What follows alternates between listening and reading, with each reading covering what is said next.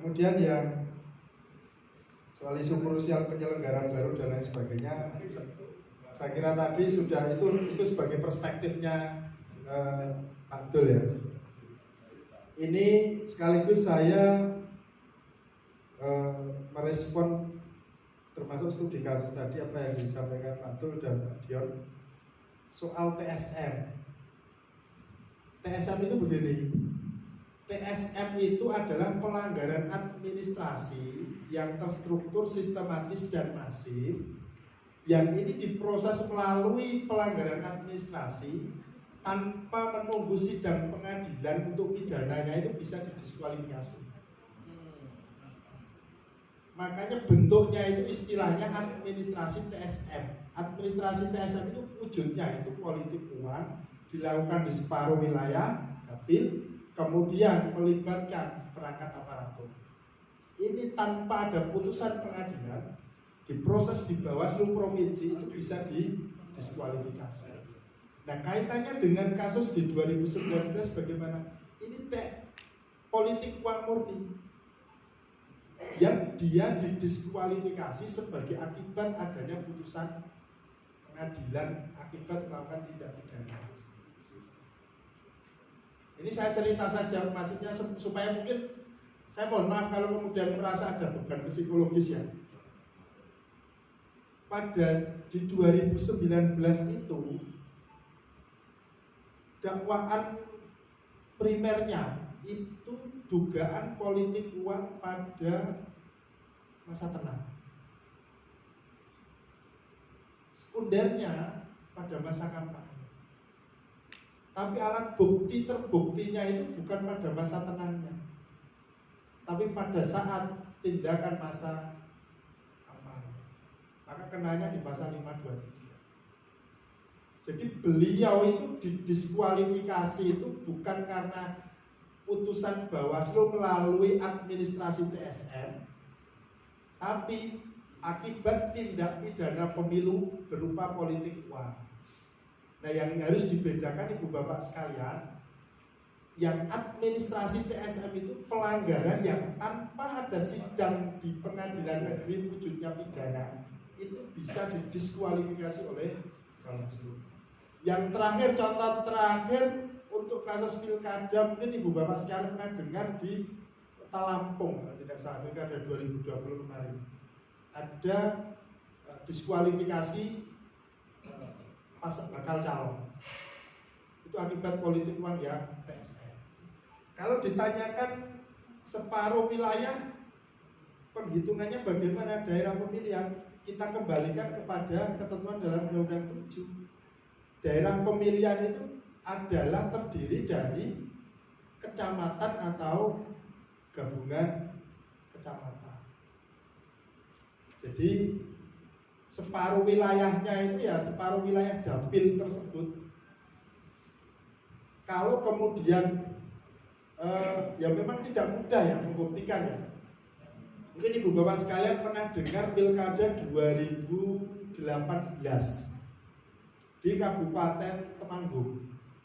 Itu kan hampir dari Temanggung, saya agak lupa ya kecamatannya berapa, itu kurang sedikit itu sudah memenuhi kriteria TSM.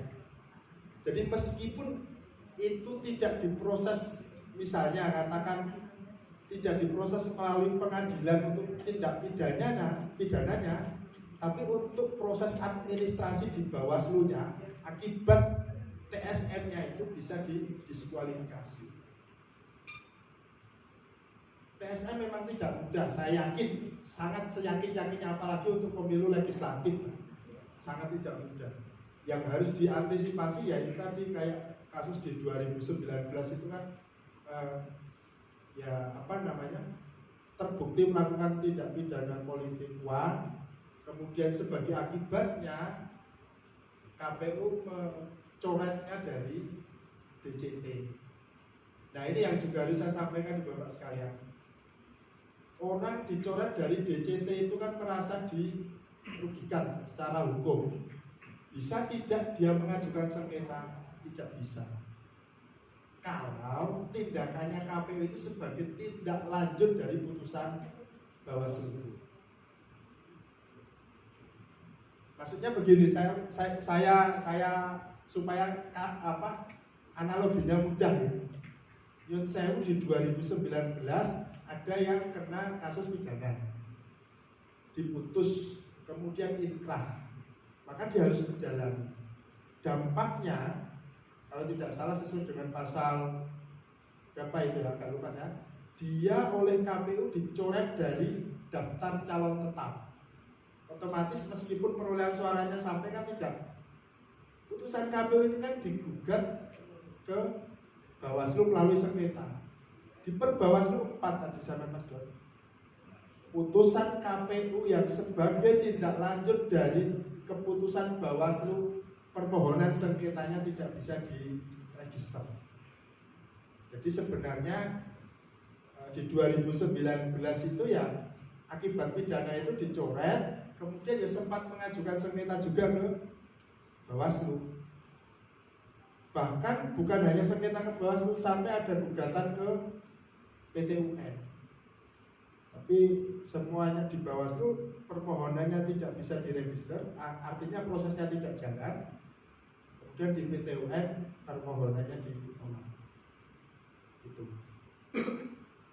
Jadi antara administrasi TSM dengan pidana pemilu harus dibedakan, meskipun dampaknya bisa sama-sama diskualifikasi. Kemudian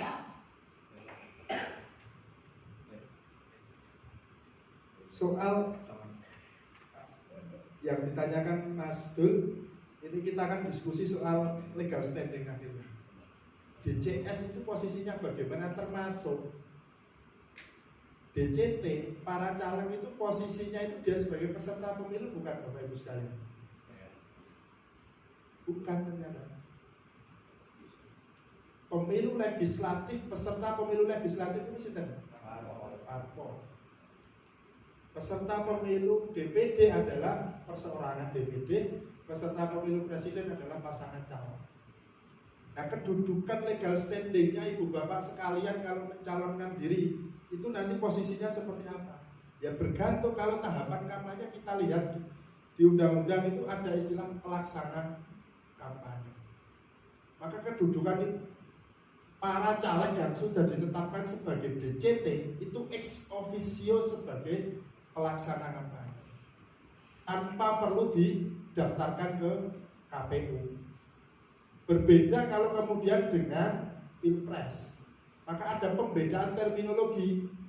Kalau Pileg istilahnya itu adalah pelaksana kampanye, kalau Pilpres istilahnya adalah tim kampanye, dan tim inilah yang kemudian didaftarkan ke KPU. Ini akan berdampak serius kalau kemudian ada kebutuhan penegakan hukum. Contoh, 2019 ada dugaan pelanggaran kampanye Pilpres dengan menggunakan fasilitas negara misalnya. Pihak yang disangka melakukan ini harus betul-betul dibuktikan bahwa dia itu adalah tim kampanye. Bukti pembuktiannya apa? Ibu Bapak sekalian secara formal, ya surat yang didaftarkan di KPU itu akan juga diuji sebagai alat bukti. Nah, kalau posisinya DCS, ya secara otomatis belum punya legal standing. Tergantung misalnya dari rumusan pasalnya apa. Kalau sebuah pelanggaran itu rumusan pasalnya, subjek hukumnya adalah setiap orang, maka kan tidak akan ada pembedaan entah itu caleg dan tidak calegnya. Ada beberapa rumusan pidana dalam Undang-Undang 7 yang subjek hukumnya ditentukan setiap orang. Kalau yang di kampanye, nah ini yang tadi saya sampaikan ya, di kampanye sebagian besar bunyinya adalah setiap peserta pemilu atau setiap pelaksana kampanye. Setiap pelaksana kampanye yang menjanjikan dan atau memberikan uang dan atau materi lainnya dengan tujuan untuk memilih dan atau tidak memilih diancam hukuman bla bla bla bla. Maka subjek hukumnya akan ditentukan satu persatu. Dia sebagai pelaksana tidak, oh iya ternyata caleg partai A, otomatis sebagai pelaksana. Kemudian ada unsur dengan sengaja. Dengan sengaja ini yang dalam bahasa hukum Ibu Bapak sekalian biasanya oleh penyidik diistilahkan dengan mens rea. Mens rea itu niat jahat. Memberikan materi lainnya untuk politik uang itu kan tidak hanya bertujuan untuk memilih ya. Misalnya ini contoh ilustrasi saja. Aturanya dengan Pak Rohman itu satu dapil. Pak Rohman nyebar duit ini contoh ya. Di giting-gitingin Pak iki tak kayak duit rasah nyoblos Pak Tunaryo. Ya itu meskipun itu tidak mungkin ya, nyaris tidak mungkin, tapi dalam bahasa hukum ada itu. Itu pun juga bisa dikategorikan sebagai politik uang. Nah, niat jahat itu yang akan terlihat misalnya dikumpul terus kemudian disiapke, dikai buku rekap, ini kan niat betul, diinsafi. Dalam bahasa hukum muncul mens rea-nya kan di situ. Kak misalnya ada di beberapa daerah itu misalnya ada penyebaran uang, mencari orang, didata, ada bukunya khusus, kan niat temen ini. Itu dibaca dalam konteks pembuktian sebagai mens rea, alat buktinya. Niat jahatnya itu ada.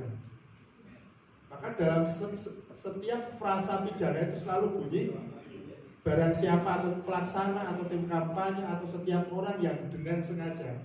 Ini yang sebenarnya tidak mudah membuktikan unsur dengan sengajanya ini yang tidak mudah. Saya kira itu mungkin kalau banyak kekurangan saya mohon maaf, saya kembalikan ke sebentar.